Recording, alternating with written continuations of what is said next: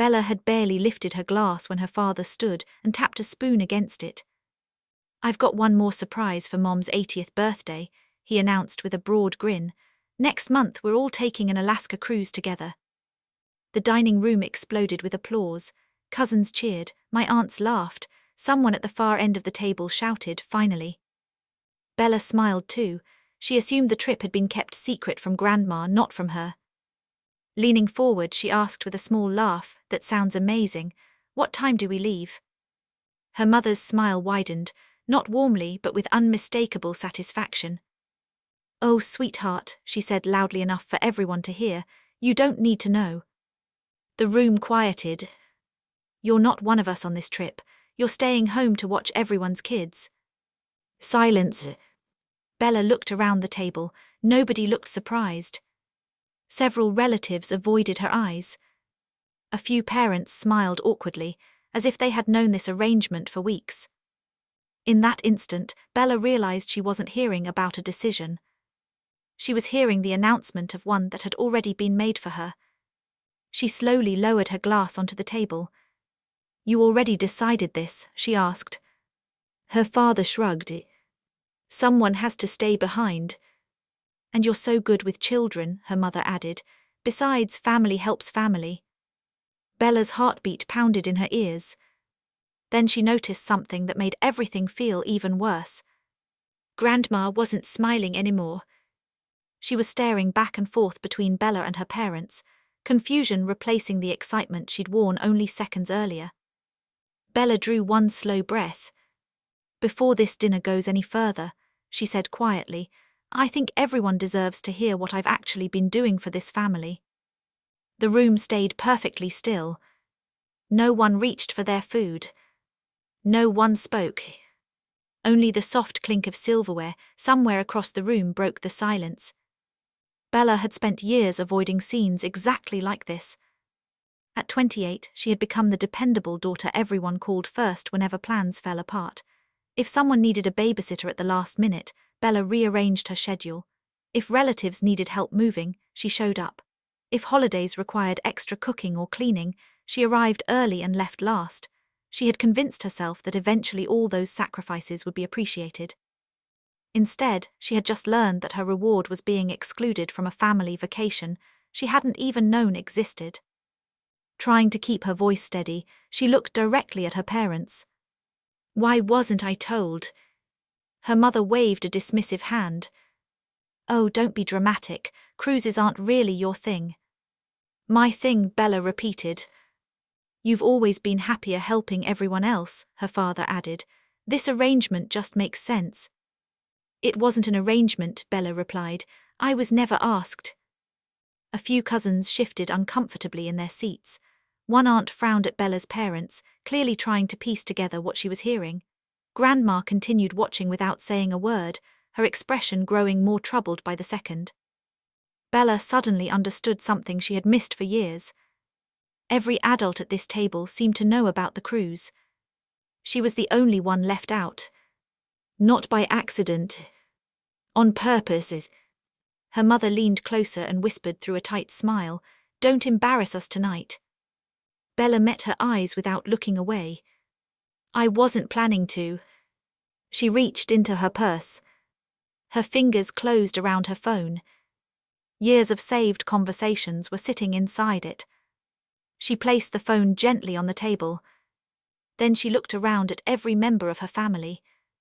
"Before anyone books another excursion," Bella said, "I think it's time everyone learned what I've actually been doing for this family." Bella's mother immediately stood and forced a smile for the rest of the family. "Bella," she said softly, "come help me in the kitchen for a minute." It wasn't a request. Bella followed her partly out of habit. The moment the kitchen door swung shut, her mother's smile disappeared. "What are you doing?" she hissed. "Your grandmother's birthday is not the place for this." Bella folded her arms.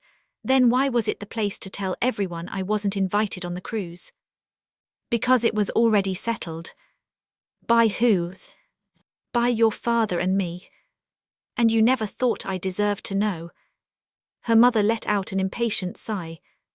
"Don't act like this is some great injustice. You're the responsible one. The kids adore you. I adore taking vacations too. Her mother's expression hardened. Family helps family. Bella almost laughed. She had heard those 3 words her entire life. When she'd cancelled a weekend trip because 2 cousins needed watching. When she'd spent Christmas Eve entertaining toddlers, while everyone else exchanged gifts in the living room. When she'd missed a friend's wedding because her parents had promised relatives she would babysit. Every time she protested, the answer was the same. Family helps family. Only now did she realize those words had never applied equally. Her parents never volunteered themselves. Only hurt. Bella looked toward the dining room, hearing muffled conversation beyond the door. I've always been the last person to know about everything, she said quietly. Family reunions, holiday plans, even this cruise. Her mother shrugged. You always make everything complicated. No, Bella replied. You just tell everyone what I'll do before asking me. For a moment, neither of them spoke. Then the kitchen door cracked open. Grandma stepped inside, her face gentle but troubled. Bella, she asked softly, did you really not know about this Alaska trip? Bella turned toward her grandmother. This is the first time I've heard a single word about it. Grandma looked toward Bella's mother in disbelief before lowering her eyes. I thought you already knew. That simple sentence hit harder than the public humiliation. Someone had told Grandma a story. Bella reached into her purse, unlocked her phone, and opened a folder she hadn't looked at in months. Hundreds of saved messages filled the screen. She looked up at the dining room where the rest of the family was waiting. If Grandma had been misled, what exactly had her parents been telling everyone else behind her back? Bella walked back into the dining room before anyone could restart the celebration. Before dessert comes out, she said calmly, I'd like everyone to stay seated for just a few more minutes. The room fell quiet again. Her father frowned. Bella, that's enough. No, she replied, it's enough when everyone has the same information. She connected her phone to the television mounted on the wall. A moment later, screenshots of text messages appeared on the screen. The first message was from her mother. Can you watch the twins Saturday? I already told your aunt you would. Another followed. Your cousin needs childcare next weekend. Don't say no, I've already promised them. Then another. You're staying with the kids during Thanksgiving dinner, so everyone else can relax. Bella looked around the room. I never volunteered for any of these. I was volunteered. Several cousins exchanged surprised looks. I honestly thought you offered every time, one cousin admitted. So did I, another said quietly. Aunt Linda always told us you loved doing it. Bella nodded. That's what I was told people believed. She swiped to another folder. This is where things changed. A group message from months earlier filled the screen. One aunt had written, It's too bad Bella can't afford the cruise. Her mother had replied, she said she'd rather stay home anyway. She'll watch the kids so everyone else can enjoy themselves. Bella slowly looked around the table. I never said either of those things. A heavy silence settled over the room. Her uncle spoke first. Wait, Bella wasn't invited. I never received an invitation, Bella answered. No call, no email, nothing. Grandma turned toward Bella's parents. Is that true? Bella's father shifted in his chair. Well, technically. Her mother quickly interrupted. She would have said no, we already knew that. You knew, Grandma asked, or you decided for her? Neither parent answered. Around the table, relatives began quietly comparing conversations they'd had over the past few months. I was told Bella had other plans. I heard she didn't like cruises. I thought she couldn't get time off work. Every explanation was different. Every explanation had come from Bella's parents. The celebration had become an uncomfortable reckoning. Parents who had expected Bella to care for their children during the trip began exchanging uncertain glances. If she never agreed, one cousin murmured, Then who's actually watching the kids? Bella remained composed. I wasn't asked, she said. I was assigned.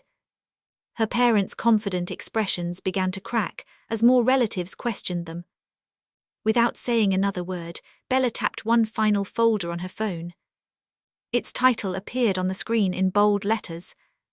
Payments. The word on the screen silenced every whisper in the room. Bella tapped the folder. A spreadsheet appeared, followed by bank transfer confirmations, cancelled checks, and screenshots of payment receipts stretching back several years. I wasn't planning to show any of this, Bella said. I only kept these records because I wanted to remember what I'd loaned. Her father leaned forward. That's private. It was, Bella replied, until tonight. She opened the first transfer. $2,500, she read, when Dad lost his job. Then another. $1,800 to cover the mortgage. Another. $900 for the car repair. I never asked for interest, Bella continued. I never asked for recognition. You both told me we'd keep it between us because you were embarrassed. Grandma stared at the screen, her eyes widening. Bella swiped again. I thought helping meant helping the family recover.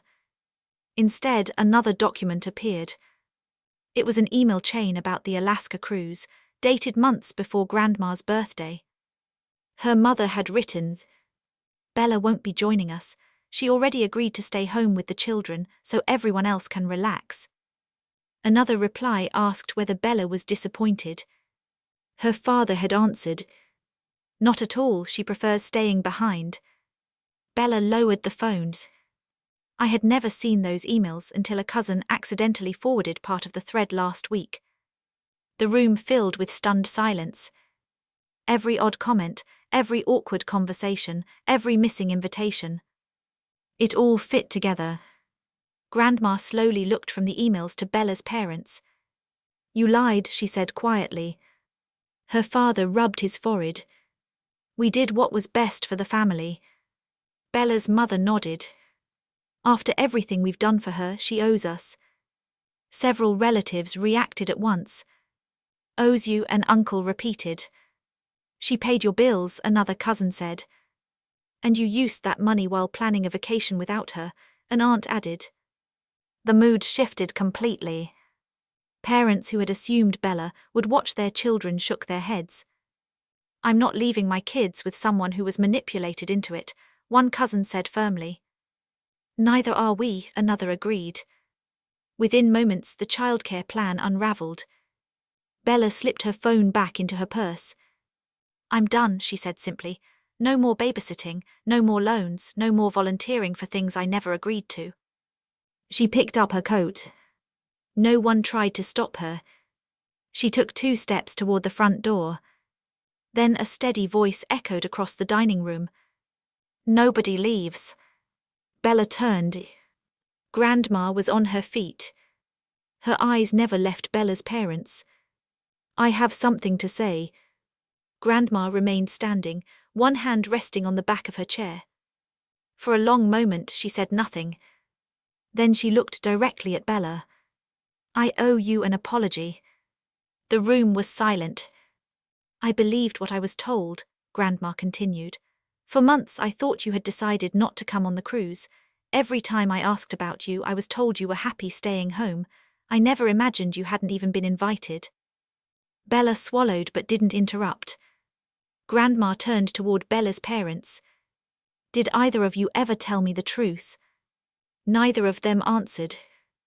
Bella quietly unlocked her phone one last time. I have one more thing. She arranged the emails, text messages, and payment records in chronological order and handed the phone to Grandma. Together, they showed the complete picture. Months before the birthday dinner, Bella's parents had planned the cruise, discussed sleeping arrangements, divided excursion costs, and assigned Bella to stay behind with the children. They had repeatedly told different relatives that Bella couldn't afford the trip, didn't want to travel, or had declined the invitation. At the same time, Bella's financial help had allowed them to catch up on overdue bills, freeing money they later spent on cruise deposits. No one spoke as Grandma finished reading. She slowly handed the phone back to Bella. "I am ashamed that this happened in my family," she said quietly. Bella nodded. "I didn't bring this out to embarrass anyone. I brought it out because I couldn't keep pretending everything was fine." One by one, relatives began speaking. "I'm sorry," an aunt said. "I honestly believed you volunteered to babysit." "So did we," a cousin admitted. "We never questioned what we were told." Another relative shook his head. "We all benefited from this without realizing what it was costing you." Bella's parents looked around the table, searching for support. Instead, they found disappointed faces. Her father cleared his throat. "We were just trying to make everything work." "No," Grandma replied firmly. "You were making it work for yourselves." Her mother reached for Bella's hand. "Bella, don't throw your family away over one misunderstanding." Bella gently stepped back. This wasn't one misunderstanding. She looked around the room. It was years of cancelled plans, unpaid favors, broken promises, and decisions made for me.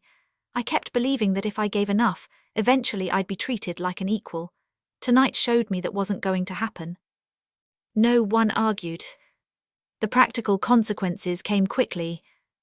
The relatives who had expected Bella to watch their children withdrew from the arrangement immediately. Without guaranteed childcare, several families decided they couldn't take the cruise after all. Shared reservations had to be cancelled, and the unexpected costs fell back on Bella's parents. More importantly, the trust they had relied on within the family disappeared. Before leaving, Bella turned to Grandma. "I'd still love to celebrate your birthday with you." Grandma smiled sadly. "I'd like that very much, just the two of us next time." Bella hugged her tightly. Then she walked out the front door without looking back. In the months that followed, Bella stopped sending money to her parents and stopped answering requests that came wrapped in guilt instead of respect. She stayed in touch with Grandma and slowly rebuilt relationships with the relatives who had sincerely apologized after learning the truth. Life became quieter. Her weekends belonged to her again. Her choices were finally her own. Walking away hurt, but staying would have hurt forever. Bella walked away from the family she kept sacrificing for, not because she stopped loving them, but because she finally stopped accepting a place where she was never treated as one of them.